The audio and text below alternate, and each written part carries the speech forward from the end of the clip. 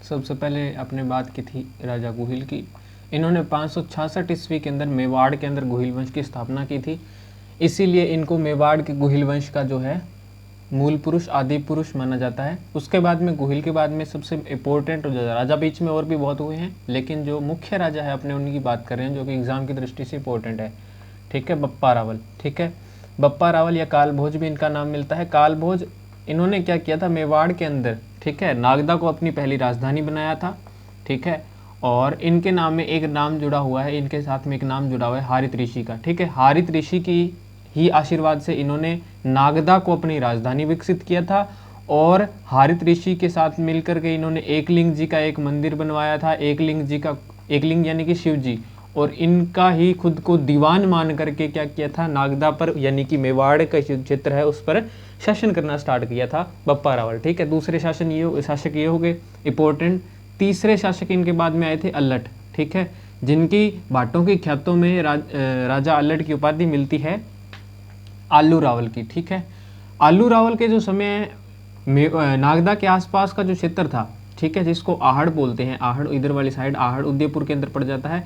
ये आहड़ जो क्षेत्र है ये व्यापारिक केंद्र के रूप में बहुत ही जो प्रसिद्ध हो रहा था, तो इसीलिए इन्होंने क्या किया था, अल्लट ने सब टेरिटरी यानी कि दूसरी राजधानी, छोटी राजधानी ये विकसित कर ली थी आहड़ को नागदा के साथ में। ठीक है, तो जैसे ही राजधानी विकसित करेंगे तो इसके साथ में इनको क्या करनी पड़ेगी, नौकरों की जरूरत पड़ेगी, क्योंकि यहाँ पर भी तो बहुत सारे नौकरों की जरूरत पड़ेगी ना, यहाँ पर रखना पड़ेगा, क्योंकि राजा यहाँ बैठता है तो यहाँ पर कौन होगा, यहाँ पर इसके सर्वेंट होंगे, गवर्नमेंट सर्वेंट। ठीक है, गवर्नमेंट कौन, अल्लट राजा है, तो इसके इसलिए इन्होंने क्या किया था, मेवाड़ के अंदर नौकरशाही का गठन किया था। ठीक है, तो इन्होंने सेकंड राजधानी बना ली और आलू रावल की उपाधि हो गई, और इनके साथ में इन्होंने सेकंड राजधानी आहड़ बनाई, नौकरशाही गठन किया, इनके साथ में अल्लट के साथ में ये आ गया। ठीक है, राजा अल्लट के बाद में आ जाता है जेतर सिंह। ठीक है, जेतर सिंह के समय में क्या हुआ था कि मेवाड़ के ऊपर इल्तुतमिश नाम का, इल्तुतमिश या अल्तमश भी नाम मिलता है। ठीक है, इल्तुतमिश एक दिल्ली का शासक था। ठीक है, जो कि रजिया सुल्तान के डैडी हुए। ठीक है ना, इन्होंने क्या किया था, नागदा के ऊपर आक्रमण कर दिया था, यानी मेवाड़ के ऊपर आक्रमण कर दिया था। सब टेरिटरी उस टाइम पर आहड़ भी थी, ठीक है, दूसरी राजधानी भी थी, और इससे जेतर सिंह से बुरी तरह इल्तुतमिश हार गया था। इसलिए हार तो गया था, लेकिन जाते वक्त क्या किया था, नागदा को इसने बुरी तरह से तहस नहस कर दिया, जला दिया था, आग लगा दी पूरे नागदा में। तो जेतर सिंह ने क्या किया था, जेतर सिंह ने तीसरी राजधानी यहाँ पर इस पूरे क्षेत्र को, चित्तौड़ को बना ली। ठीक है, तो यानी कि चित्तौड़ का प्रथम विजेता कौन कहे जाते हैं, अपने जेतर सिंह कहे जाते हैं। जेतर सिंह के बाद में इनके पुत्र तेज सिंह हुए हैं। तेज सिंह ने क्या किया था, तेज, अब इसी बात से तेज सिंह के बारे में आपको शायद याद नहीं रहेगा। ठीक है, तो आप इसको याद रखने के लिए, जेतर बहुत तेज था इसलिए उसने चित्रकारी की। ठीक है, जेतर सिंह क्या था, बहुत ही तेज था इसलिए उसने क्या की, चित्रकारी की। तो मेवाड़ के अंदर तेज सिंह का शासन, तेज सिंह के शासनकाल की सबसे इंपॉर्टेंट घटना क्या रही है कि 1260 में चित्रकारी, मेवाड़ की, पूरे राजस्थान की चित्रकला में जो सबसे पुरानी चित्रकला किसकी रही है, मेवाड़ की। पूरे राजस्थान में सबसे पुरानी चित्रकला में सबसे पुरानी चित्रकला किसकी रही है, मेवाड़ की रही है। और मेवाड़ क्या सबसे पहला चित्रित ग्रंथ कमलचंद्र के द्वारा, कमलचंद्र सूरी के द्वारा चित्रित ग्रंथ चित्रित किया गया था, यानी कि चित्रकला का जो मेवाड़ के अंदर शुभारंभ किसके काल में हुआ था, तेज सिंह के काल में। रिपीट कर रहे हैं अपने, ठीक है ना, तेज सिंह हो गया, उसके बाद में आ गया समर सिंह। ठीक है, और समर सिंह को अपने कल पढ़ा था, इसको आप और पढ़ लीजिएगा। 5 जो है शिलालेखों में कुंभलगढ़ एकलिंग महात्म्य है। ठीक है, जैन प्रभु सूरी इस प्रकार से, और चिरवे का लेख इस प्रकार से, इनके बारे में 5 जो, एक अजयगढ़ का जो पटावलियां मिलती है, अजयगढ़ कहाँ पर पड़ जाता है, सिरोही के अंदर पड़ जाता है। और सिरोही के जो अब्बू के जो लेख, सॉरी अब्बू के अंदर कहा, अब्बू के किसके लिए प्रसिद्ध है, जैन मंदिरों के लिए प्रसिद्ध है। और वहीं के आचार्य अमित सिंह के प्रभाव में आकर इन्होंने जीव हत्या पर रोक लगा दी थी। ठीक है, कुंभलगढ़ प्रशस्ति और एकलिंग महात्म्य में मिलता है कि इनके 2 पुत्र हुए हैं, रतन सिंह और एक कुंभकर्ण। इन दोनों में से रतन सिंह ने मेवाड़ की अगली गद्दी संभाल ली थी, और कुंभकर्ण ने जाकर के नेपाल के अंदर आगे गुहिल वंश की स्थापना कर ली थी। ठीक है, और जिन प्रभु सूरी का एक लेख और चिरवे का लेख में इनके मिलता है कि ये बहुत ही बड़े, मतलब कि एक आक्रमणकर्ता हुए हैं। ठीक है, कुंभलगढ़ प्रशस्ति में भी इनकी प्रशंसा की हुई है कि ये क्या की, सॉरी क्या नाम लेते हैं इनका, जो आक्रमणकारी होते हैं उनके, आक्रमणकारियों के ये शक्तिहर्ता। ठीक है, ठीक है, तो इस प्रकार से इनकी उपाधियां मिल जाती है, और कुछ इनके बारे में प्रशंसा लिखी हुई है प्रशस्ति में। ठीक है, तो ये हो गए अपने समर सिंह, और ये पूरे के पूरे 5 शासकों, जो भी अपने 5-6 जो भी जितने पढ़ लिए उनका पूरा रिवाइज। इसके बाद में आज अपने बात करते हैं समर सिंह के, जो कि बेटे हुए हैं रतन सिंह। ठीक है, समर सिंह के रावल रतन सिंह बेटे हुए हैं 1301 ईस्वी तक 1301 ईस्वी तक तो समर सिंह का शासनकाल रहा था, 1301 ईस्वी तक तो, उसके बाद में रतन सिंह का शासनकाल स्टार्ट हो गया था। तो 1301 से लेकर कहाँ तक इनका शासनकाल रहा है, क्या रहा है, बात करते हैं अपने रतन सिंह की। ठीक है, तो अभी मैं एक बार इसको साफ कर लेता हूँ 1 मिनट के लिए।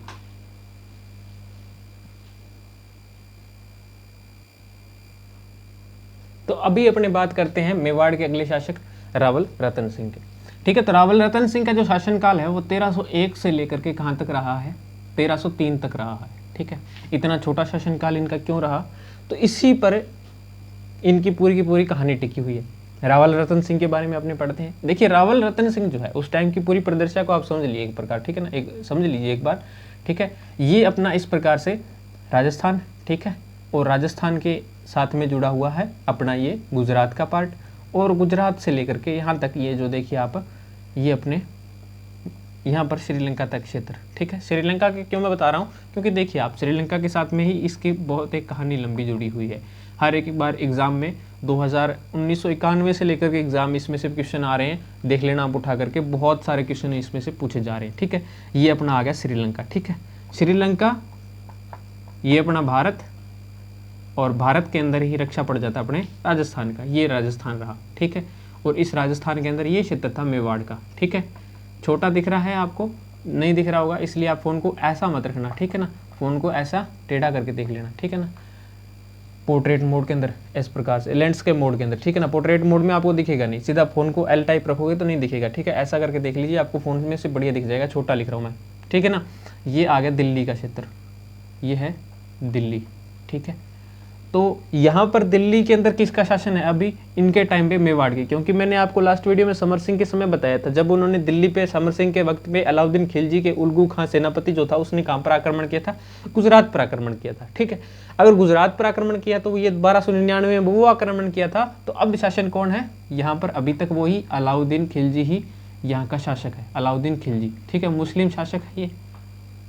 और दिल्ली का जो सल्तनत है, दिल्ली सल्तनत है, दिल्ली सल्तनत का क्षेत्र कहाँ तक फैला हुआ है, अवध से लेकर के इधर महाराष्ट्र तक टच हो रहा था, राजस्थान के मेवाड़ तक, पंजाब का पूरा क्षेत्र, हरियाणा का, और इस प्रकार से दिल्ली के अंदर बहुत सारा भारत का हिस्सा आ रहा था, यानी अलाउद्दीन खिलजी के अंडर में था। तो इतनी सारी, जब एक क्षेत्र अर्जित करने के बाद में आपको क्या लगता है कि अलाउद्दीन खिलजी की शक्ति का क्या सिस्टम होगा, मतलब कितने उसके पास में सेनापति होंगे और उसकी शक्ति कितनी होगी, काफ़ी होगी ना, क्योंकि इतने बड़े क्षेत्र का एक राजा होगा, उसके पास में टैक्स भी तो कितना आएगा, टैक्स भी तो बहुत सारा आएगा। टैक्स आएगा तो जनसंख्या क्या होगी, जो जनसंख्या उसके अकॉर्डिंग निर्भर करेगी, तो उसके पास में सेनापति, सैनिक जो होंगे वो भी क्या होंगे, सैनिक भी बहुत सारे होंगे। तो एक बात मेवाड़ के रावल रतन सिंह के बारे में कही जाती है कि रावल रतन सिंह जो अच्छे शासक नहीं थे, लेकिन ऐसा कहना कहीं अच्छा नहीं होगा, क्योंकि एक इतने बड़े शासक के लिए मेवाड़ का जो क्षेत्र जीतना कहाँ मुश्किल होगा, है कि नहीं। यानी कि इतना बड़ा दिल्ली का जो शासन है, जो कि महाराष्ट्र तक टच हो रहा है, हरियाणा पंजाब उसके अंदर आ रहा है, अवध का जो क्षेत्र आ रहा है, नेपाल का, यूपी बिहार का पूरा क्षेत्र, पश्चिम बंगाल, बंगाल तक जो क्षेत्र है, वो सारा दिल्ली की सल्तनत के अंदर आ रहा है। अलाउद्दीन खिलजी उसका इकलौता मालिक है। तो सपोज करो कि इसके पास में टैक्स रेवेन्यू कितना आ रहा है, रेवेन्यू जनरेट हो रही है, इसके साथ में इसके सैनिक कितने होंगे, अगर रेवेन्यू होगी तो सैनिक तो अपने आप ही आ जाएंगे। ठीक है, यानी कि सैनिक होंगे, इसके पास में बहुत सारे सैनिक होंगे, तो क्या इसके लिए एक छोटी सी सल्तनत को जीतना, छोटे से देश को जीतना कितना मुश्किल होगा, ज़्यादा मुश्किल नहीं होगा, है ना। तो इसीलिए ये रावल रतन सिंह के लिए कहना कि नकारा निकम्मा इंसान, ऐसा कुछ नहीं है। ठीक है, ये अपनी जगह ठीक था, लेकिन इसके पास में इतना क्षेत्र नहीं है, मेवाड़ अभी इतना विकसित नहीं हुआ था उस 14वीं शताब्दी के अंदर, 1301 ईस्वी से 1303 ईस्वी में उस टाइम पे मेवाड़ इतना विकसित नहीं था कि ये इतनी बड़ी सल्तनत का एक सामना कर सके। ठीक है, अब चूंकि 1299 में एक घटना मैंने समर सिंह के काल की आपको बता दी है कि गुजरात में इनका आक्रमण हुआ था उल्गू खां को, और उल्गू खां को इन्होंने रोका, किसने, समर सिंह। समर सिंह कौन था, रावल रतन सिंह का डैडी। ठीक है, तो उसने रोका और इसका गुजरने का भी टैक्स लिया था। गुजरात में आक्रमण कर रहा था, गुजरात भी एक सल्तनत हुआ करती थी उस टाइम पे, यानी कि वो भी एक छोटा सा देश था। ठीक है, तो उस देश पर आक्रमण कौन कर रहा था, अलाउद्दीन खिलजी का सेनापति। और अलाउद्दीन खिलजी के सेनापति को मेवाड़ के रावल रतन सिंह के बेटे पिताजी ने, समर सिंह ने रोक करके बोला था कि मेरे को टैक्स दो अगर आगे निकलना है तो। 1299 ईस्वी की बात है।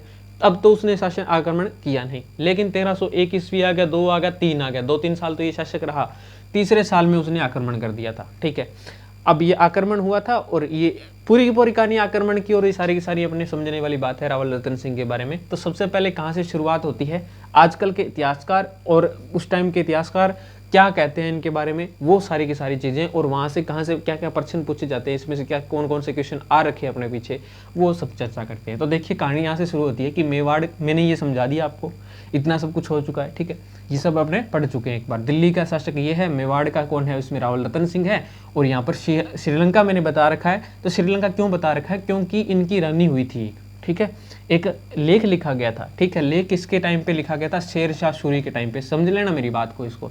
शेर शाह सूरी, शेर सिंह सूरी, शेर शाह सिंह नहीं है, सूरी शाह है, शाह है क्योंकि मुस्लिम शासक था।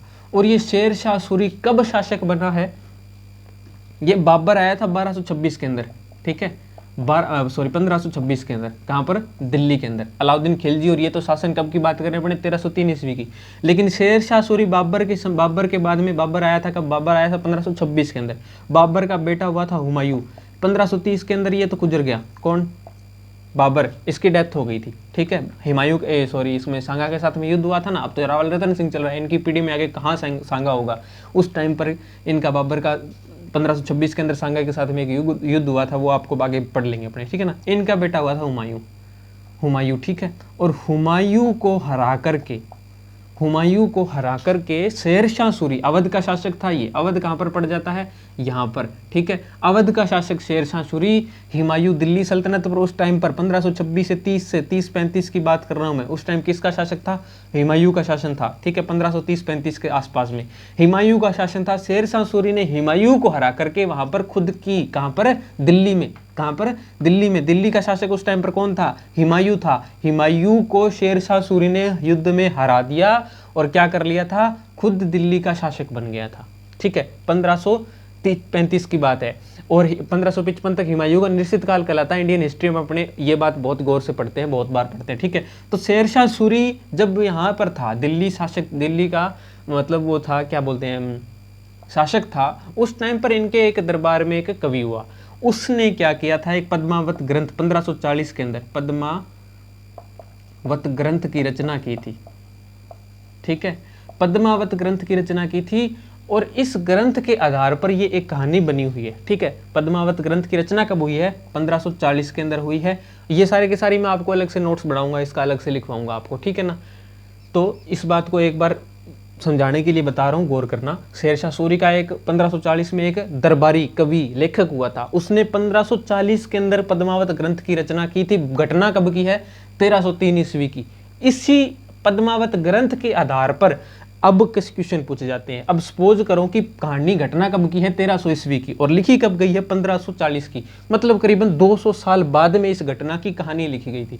सपोज करो कि अभी अपने 2022 चल रहा है, तो 2022 और इससे 200 साल पहले 1822 की घटना के बारे में अपनी कितनी सच्चाई फिलहाल लिख सकते हैं, नहीं लिख सकते ना, बहुत अच्छी। तो वैसे ही इसने बहुत सारी कुछ झूठी चीज़ें भी लिखी होगी, लेकिन अपने को इस बात से कोई लेना देना नहीं है, उसने झूठी लिखी है सच्ची लिखी है, लेकिन वो क्वेश्चन अपने पेपर में आज भी छपते हैं, इसलिए अपने इसको पढ़ रहे हैं, इस पूरी की पूरी कहानी को। कहानी क्या है वो अभी आपको मैं बता रहा हूँ, ठीक है ना। नोट्स आपको मिल जाए, चलो ठीक है, मैं इसका ना एक टेलीग्राम पे इसका लिंक दे दूंगा डिस्क्रिप्शन में इसके वीडियो में, ठीक है। आप वहाँ से जाकर के इसका पूरा का पूरा PDF डाउनलोड कर लेना, और आगे की सारी वीडियोज़ का मैं जो भी होगा टेलीग्राम पे आपको मैं इसके PDF डाल दिया करूँगा, ठीक है ना।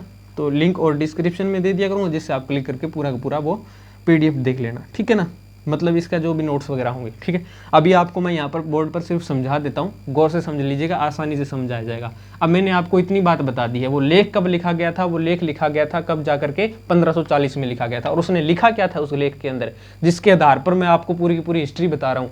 वो लेख लिखा गया था, उसमें लिखा गया था कि श्रीलंका का उस टाइम पर, कब, 1300 ईस्वी के अंदर, 1300 ईस्वी के आसपास में श्रीलंका का एक गंधर्व सेन का एक राजा हुआ करता था, ठीक है। गंधर्व सेन का नाम का एक राजा था, कहाँ का था, श्रीलंका का। और श्रीलंका यानी कि इसको बोलते हैं सिंहल द्वीप, सिंहल द्वीप। द्वीप तो आप समझते हो ना, पानी से जो क्षेत्र घिरा हुआ है, श्रीलंका पानी से घिरा हुआ ही तो है ना, 3 साइड से, 4 साइड, सभी साइड से, तो सिंहल द्वीप है, पानी में उठी हुई भूमि के क्षेत्र को क्या बोलता है, द्वीप। तो इसी प्रकार से सिंहल द्वीप है, और इसमें श्रीलंका इसको अपने वर्तमान में बोलते हैं। और उस टाइम पर इसका गंधर्व सेन नाम का एक राजा हुआ करता था।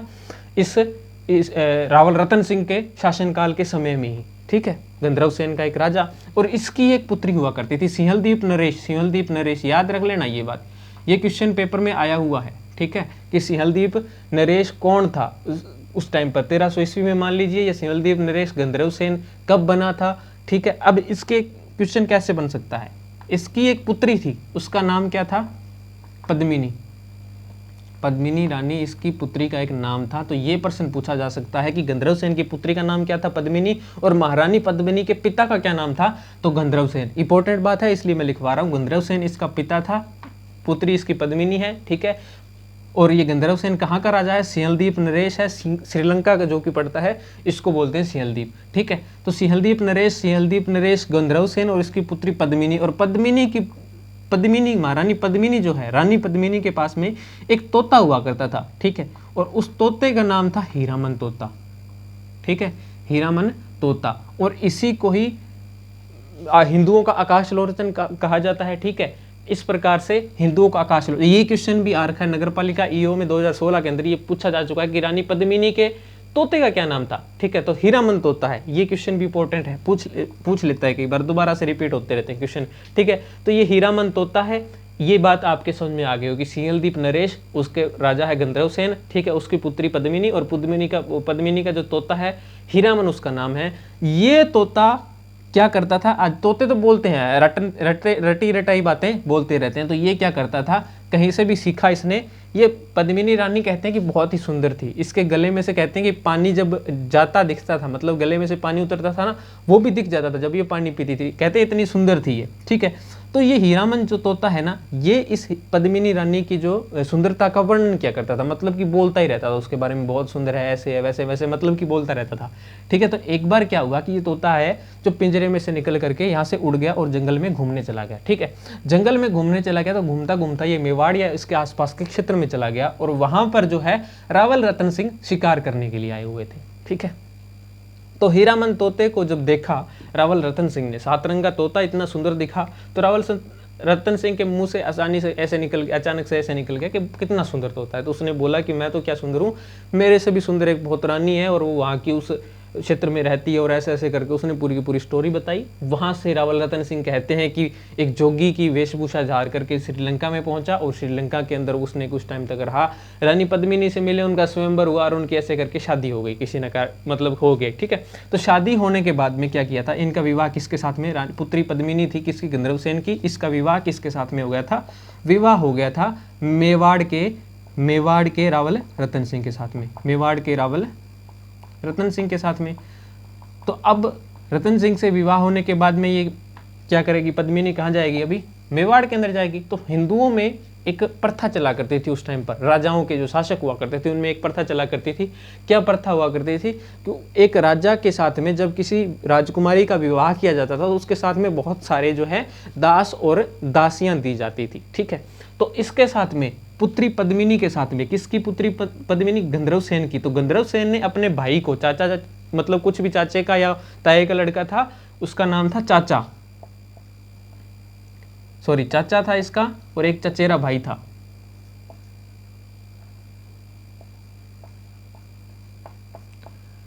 चचेरा भाई, चाचा और चचेरा भाई, दो व्यक्ति इसके साथ में, इंपॉर्टेंट बता रहा हूं मैं, ठीक है ना, ये फैक्ट पूछे जा चुके हैं। किसके साथ में, पुत्री पद्मिनी किसकी है, ये गंधर्व सेन की। तो इसके साथ में एक चाचे का नाम था गोरा, ठीक है, गोरा, और एक बादल, ठीक है। गोरा और बादल, ये था, गोरा था इसका चाचा, किसका, पद्मिनी का, रानी पद्मिनी का गोरा जो चाचा था, और बादल था वो चचेरा भाई था। यानी कि दोनों बाप बेटों को इसके साथ में दास बना करके रावल रतन सिंह के साथ में मेवाड़ में भेज दिया गया। आप इस बात को समझेगा, मैं एक बार इसको साफ कर रहा हूँ, एक बार थोड़ा सा ना दोबारा से बता रहा हूँ आपको, लेकिन इतनी बात समझ लेना, ये सिस्टम आपके समझ में आ गया होगा, साफ करके मैं दोबारा से बता रहा हूँ आपको ना, ठीक है। चाचा जिसका नाम था गोरा, और उसके बेटे का नाम था बादल, जिसको कि दास बना करके रानी पद्मिनी के साथ में मेवाड़ में भेजा गया था, ठीक है। दोबारा से मैं आपको बता देता हूँ, देखिए रावल रतन सिंह और इनकी पत्नी कौन है, इनकी पत्नी है रानी पद्मिनी, ठीक है, पद्मिनी इनकी रानी है, इसके साथ में इनका विवाह हो गया है, ठीक है। रावल रतन सिंह की पत्नी पद्मिनी, और पद्मिनी के साथ में इसके चाचा का नाम था क्या, गोरा, ठीक है, और एक चचेरा भाई था, ये क्वेश्चन भी पूछा जा चुका है, इसलिए मैं बता रहा हूँ आपको। चाचा गोरा और चचेरा भाई था, उसका नाम था बादल। ठीक है, ये दोनों नाम पूछे जा चुके हैं। क्यों? क्योंकि रावल रतन सिंह के इन दोनों को क्या बना दिया गया था? सेनापति बना दिया गया था। लेकिन ये इसके साथ में आए कैसे थे? दास बना करके महारानी पद्मिनी के साथ में इन दोनों को भेजा गया था। ठीक है, ये शादी के वक्त की बात है। ठीक है, पूरी आपको समझ में आ चुकी होगी। सेनापति बना करके गोरा और बादल के साथ में चाचा और चचेरा भाई दोनों को भेज दिया गया था पद्मिनी के साथ में। ठीक है, और ये रावल रतन सिंह के सेनापति बन गए थे। ठीक है, यहां तक ये बात कंप्लीट हो गई है। इसके साथ में पत्नी इसकी पद्मिनी, सेनापति गोरा और बादल है। क्वेश्चन पूछा जा चुका है, इंपॉर्टेंट है, याद रख लेना। ठीक है, इसके साथ में रावल रतन सिंह का एक दरबारी कवि हुआ करता था, क्योंकि आजकल की तरह उस टाइम पे स्पॉटिफाई, गाना ऐप और ये विंक म्यूजिक नहीं था। ठीक है, लोगों को गाना सुनने के लिए, राजाओं को गाना सुनने के लिए, मनोरंजन करने के लिए क्या हुआ करते थे? दरबारी कवि, दरबारी लेखक और दरबारी संगीतकार हुआ करते थे। तो इनके दरबारी का नाम था राघव चेतन। ठीक है, इनके दरबारी का नाम था राघव चेतन। ये क्वेश्चन भी आ चुका है, इंपॉर्टेंट है। ठीक है, राघव चेतन नाम का इनका एक दरबारी कवि था। इस राघव चेतन को किसी बात से लेकर के राघव चेतन के साथ में रावल रतन सिंह की जो है अनबन हो गई। रावल रतन सिंह के साथ में राघव चेतन, जो कि इसका दरबारी था। दरबारी क्या था? संगीतकार था, ये गाना गाने वाला संगीतकार।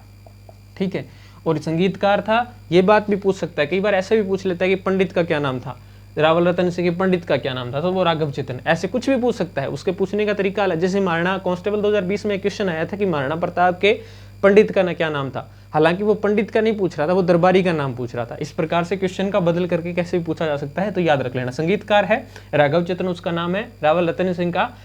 तो ये इसके साथ में अनबन हो गई थी रावल रतन सिंह की। तो ये अपने राजस्थान का क्षेत्र है और यहाँ से ये दिल्ली का क्षेत्र है। तो अब ये राघव चेतन है जो कहाँ जाएगा? किसी न किसी शासक के पास में जाएगा।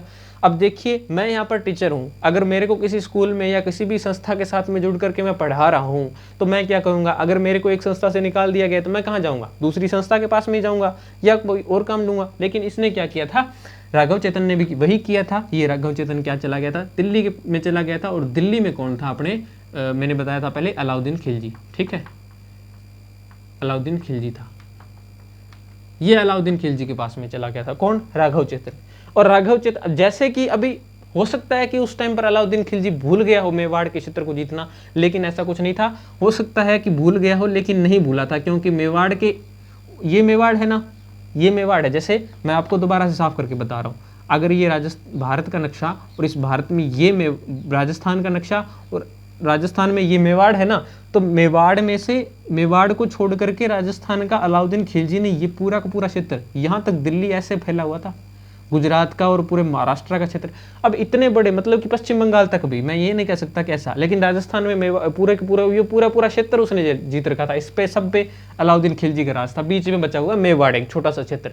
ठीक है, तो अब क्या मेवाड़ पर आक्रमण करने की नहीं सोचेगा अलाउद्दीन खिलजी? सोचेगा, जरूर सोचेगा। लेकिन अब जब घर का बेदी लंका डाय भाई, राघव चेतन चला गया है, तो और उसको क्या चाहिए अलाउद्दीन खिलजी को? तो राघव चेतन ने जाकर के बोला होगा उसको कि ऐसे ऐसे करके मेवाड़ का एक राजा है और वो बहुत ही समृद्धशाली है, काफ़ी सारा उसके पास में रेवेन्यू टैक्स वगैरह जनरेट होता है, उसके पास में पैसा भी बहुत है, तो क्यों ना आप जाकर के अलाउद्दीन खिलजी को कहा होगा, अलाउद्दीन खिलजी से कहा होगा कि तुम वहाँ पर आक्रमण क्यों नहीं करते, मेवाड़ पर आक्रमण क्यों नहीं करते?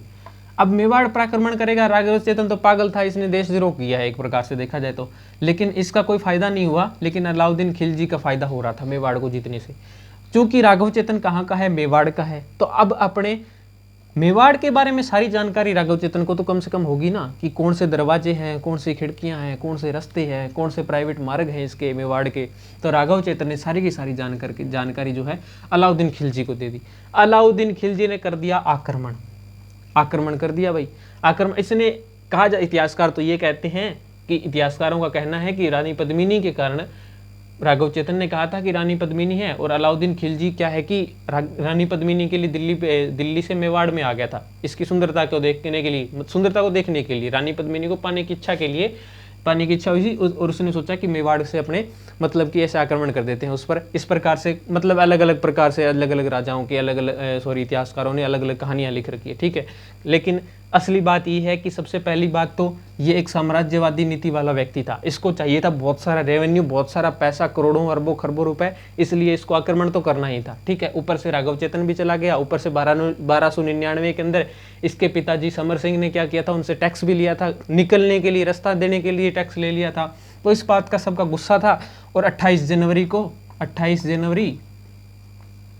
1303 ईस्वी के अंदर, 28 जनवरी पूछ ले कभी डेट, याद रख लेना, 1303 में घेरा डाल दिया इसने, घेरा डाल दिया मेवाड़ पर। किसने? अलाउद्दीन खिलजी ने। अलाउद्दीन खिलजी ने क्या कर दिया? 28 जनवरी 1303 को घेरा डाल दिया मेवाड़ पर, आकर के बैठ गया मेवाड़ के आसपास में।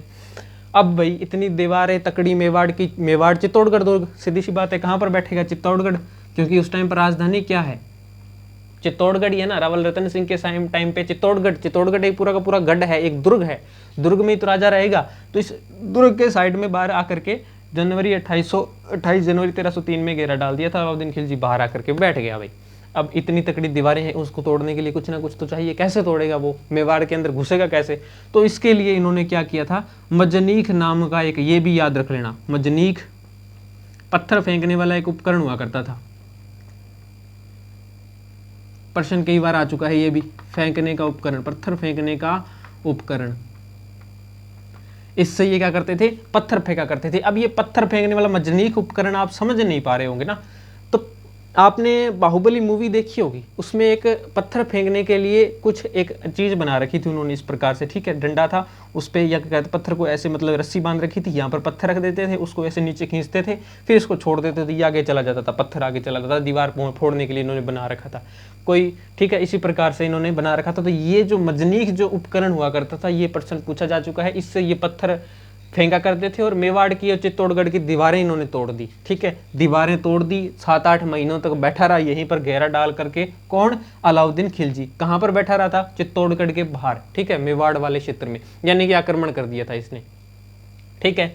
लंबा समय बीतता गया, 8 माह बीतते गए, 8 माह के बाद में इसने दीवार को तोड़ा या कैसे भी कुछ ना कुछ उसका अंश अंदर जाने के लिए जगह बना ली, अंदर जाने के लिए जगह बना ली। और क्या किया था, अपने 26 जनवरी वाले दिन,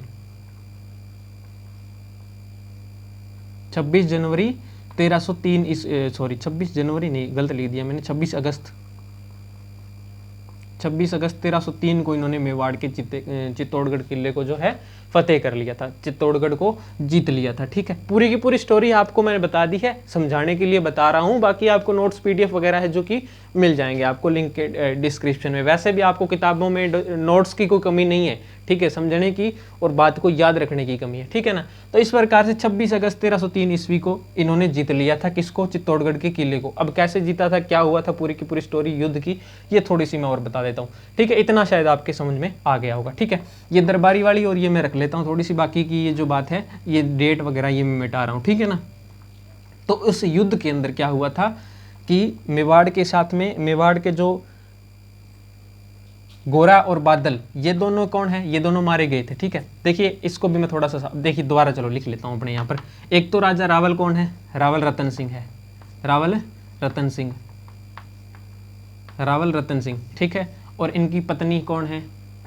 पद्मिनी, माता पद्मिनी, ठीक है। और इनके सेनापति गोरा और बादल, ठीक है। गोरा और बादल ये दोनों कौन है? महारानी पद्मिनी के कौन है? चाचा और चचेरा भाई, चाचे का लड़का, ठीक है, पद्मिनी के चाचे का लड़का बादल, ठीक है, ये दोनों थे। ये इसके कौन है? सेनापति है रावल रतन सिंह। अब देखिए उस टाइम पर एक प्रथा हुआ करती थी, ठीक है। प्रथा क्या थी?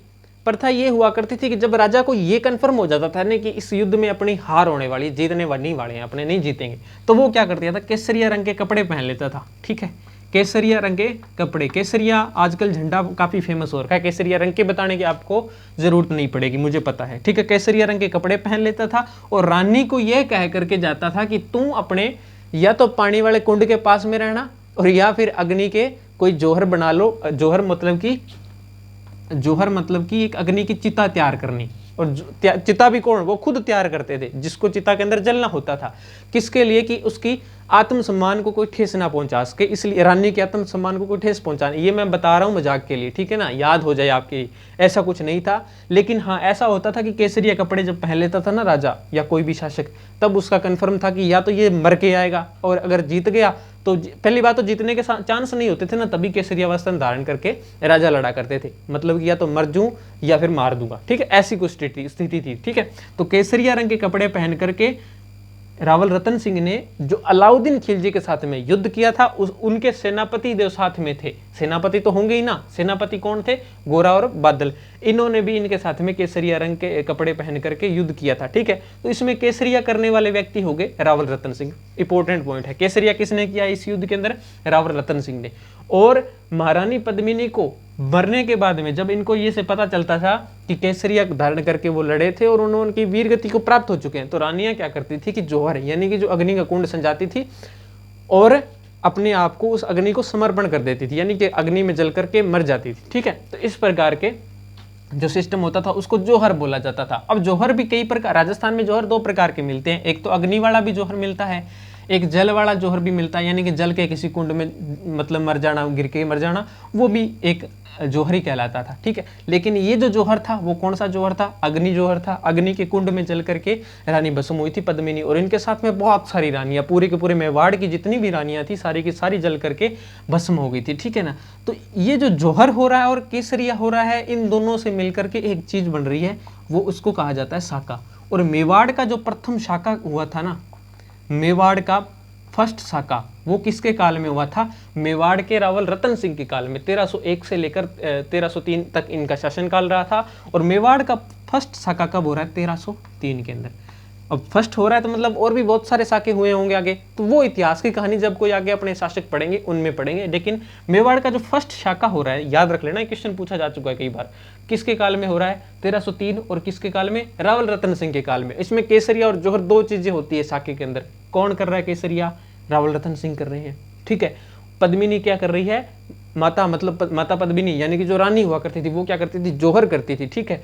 अग्नि में समर्पण कर देती थी खुद को, तो वो होता था जौहर, ठीक है। तो केसरिया और जौहर जब दोनों हो जाते हैं तो वो इनसे क्या मिलकर बनता है? शाका बनता है। और मेवाड़ का फर्स्ट शाका किसके काल में हो रहा है?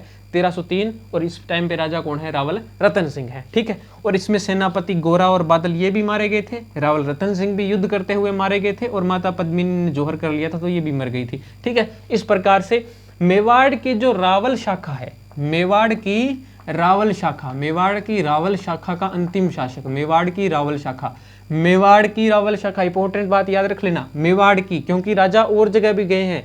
इस रावल शाखा के राजा जो हुए हैं, गुहिल वंश के जो संस्थापक हुए हैं, उनके वंशज आगे और बहुत सारी जगह जाकर उन्होंने स्थापना कर ली थी गुहिल वंश की। लेकिन जो मेवाड़ की रावल शाखा के अंतिम शासक हुए हैं, अंतिम शासक कौन हुए हैं? अपने अंतिम शासक कौन हुए हैं? अंतिम शासक हुए हैं रावल रतन सिंह, ठीक है। इस प्रकार से एक पॉइंट ये भी बन जाता है कि मेवाड़ की रावल शाखा के अंतिम शासक कौन हुए हैं, तो वो हैं रावल रतन सिंह। इस प्रकार से ये क्वेश्चन जितने भी है, राघव चेतनवाड़ा हो गया, ठीक है, मेवाड़ की ये हो गया एक, ये गोरा और बादल का हो गया, रावल रतन सिंह हो गया, महारानी पद्मिनी हो गई, ठीक है, जौहर हो गया, जौहर से डायरेक्ट क्वेश्चन जौहर क्या है, ठीक है, केसरिया क्या है, छोटी बड़ी कांस्टेबल वगैरह ऐसी जॉब में तो ये क्वेश्चन भी पूछ लिए जाते हैं कि केसरिया क्या होता है, जौहर क्या होता है, शाका क्या होता है, शाका कब हुआ था, ठीक है। इस प्रकार से सारे के सारे जो भी हैं ये सेनापति में बाद में पूछा जा सकता है कि रावल रतन सिंह के सेनापति कौन थे, महारानी पद्मिनी के चाचा और चचेरा भाई का नाम क्या था, गोरा और बादल था, हीरामन तोते की कहानी, ठीक है, सॉरी गंधर्व से हीरामन तोते की कहानी का मतलब हीरामन तोते का नाम, ठीक है। और उसकी जो भी एक्स्ट्रा नाम मिलता है उसका, हिंदुओं का आकाश लोचन, ठीक है, किसका? तोते का नाम है हिंदुओं का आकाश लोचन। किसका तोता था? वो महारानी पद्मिनी का था। और इनके पिता का नाम गंधर्व सेन था। वो कहाँ का था? सिंहलदीप नरेश था, ठीक है। युद्ध किसके साथ में हुआ था? अलाउद्दीन खिलजी के साथ में हुआ कब था? 1303 के दिन, 26 अगस्त के दिन 1303 को इन्होंने मेवाड़, जो अलाउद्दीन खिलजी ने इस पर कब्जा कर लिया था मेवाड़ के ऊपर, ठीक है। ये सारी की सारी बातें इंपॉर्टेंट इतनी थी। इसके बाद में एक दो चीजें और है, ठीक है, ये पढ़ लेना एक बार से, ठीक है, याद कर लेना इसको आसानी से, नॉर्मल पॉइंट है, कोई दिक्कत नहीं, याद हो जाएगा।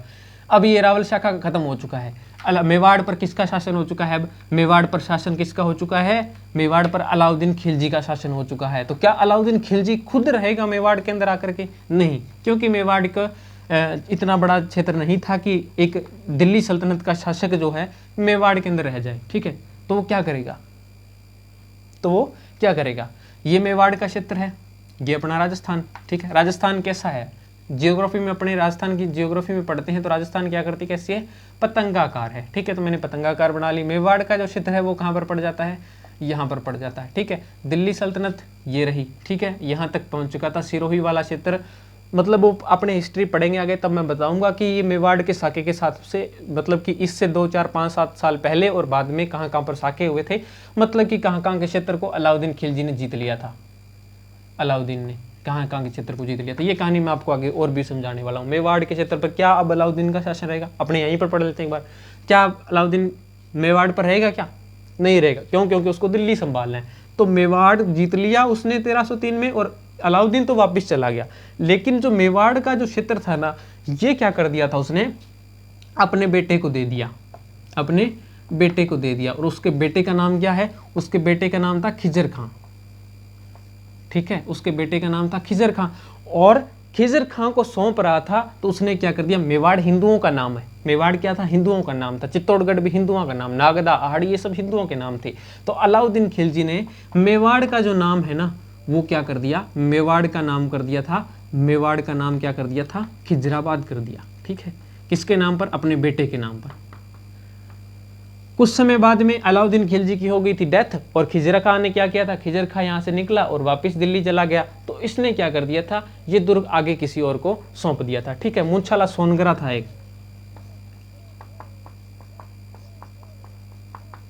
सोनगरा कौन होते, सोनगरा चौहान होते हैं ना, मूंछाला सोनगरा, इनको सौंप करके ये कहाँ चला गए थे, खिजराबाद से खिजर खां कहाँ चले गए थे, अलाउद्दीन खिलजी। और बाद में आगे की स्टोरी में आपको बताऊंगा जब इनके बाद में अपने हमीर शासक को पढ़ेंगे। जो हमीर होगा उसने क्या किया था कि रावल रतन सिंह की रावल रतन सिंह नहीं, ये मेवाड़ को क्षेत्र को अपने अंडर में दोबारा से करने के लिए क्या किया था कि वहां पर आक्रमण किया था मेवाड़ पर हमीर ने, और दोबारा से इस मेवाड़ को जीत लिया था। ठीक है, और वहां से उनकी सिसोदिया शाखा आगे, मेवाड़ की जो रावल शाखा से आगे रावल रतन सिंह के बाद में सिसोदिया शाखा आ जाएगी। ठीक है, तो वहां से अपने आगे पढ़ेंगे तब ये मूंछाला सोनगरार ये कहाँ का था, ये वीडियो बहुत लंबी हो जाएगी इसलिए मैं बता रहा हूँ आपको। ठीक है ना, तो ये आगे अपने नेक्स्ट वीडियो के अंदर पढ़ लेंगे। यहाँ तक आप याद कर लो ना, तब बल्ले बल्ले है, फन्ने कहाँ है, बहुत है। ठीक है ना, तो यहाँ तक एक बार पढ़ लेना, याद कर लेना। ठीक है, लेकिन ये बात याद रख लेना, मेवाड़ का नाम खिजराबाद कर दिया था खिजर खां, और अपने बेटे का नाम खिजर खां था, अलाउद्दीन के बेटे का नाम, अलाउद्दीन के बेटे का नाम है ना खिजर खां। ठीक है, और अपने बेटे के नाम पर खिजराबाद उस क्षेत्र का नाम रख दिया था। और जब ये अलाउद्दीन मर गया तब खिजर खां भी दोबारा से कहाँ पर चला गया था, दिल्ली के अंदर चला गया था। और ये मूंछाला सोनगरा को यहाँ का एक शासक बना करके, यानी कि मतलब कि यहाँ पर ये दुर्ग किलेदार बना देते थे और छोड़ के चले जाते थे, बोलते थे टैक्स देते रहना हमें और हम तुम्हारी रक्षा करते रहेंगे। ठीक है, तुम्हारे उस क्षेत्र पर कोई दूसरा आक्रमण आकर के नहीं करेगा। इस प्रकार से ये कहानी की पूरी क्या है कि समाप्त हो जाती है। ठीक है, तो वीडियो कैसी लगी है, लाइक करना, शेयर करना, कमेंट करके मुझे ज़रूर बताना। और चैनल किसी भाई ने पढ़ने वाले नहीं सब्सक्राइब किया तो उससे सब्सक्राइब करवा लेना। और अगर आप वीडियो देख रहा है वो बंदा तो खुद ही सब्सक्राइब कर ले। ठीक है, तो मिलते हैं अपने नेक्स्ट वीडियो के अंदर। अच्छा, इसका जो भी है आपको मिल जाएगा, लिंक मिल जाएगा डिस्क्रिप्शन के अंदर, इसकी पूरी की पूरी PDF आपको मिल जाएगी वहाँ से। ठीक है, कोई दिक्कत नहीं है।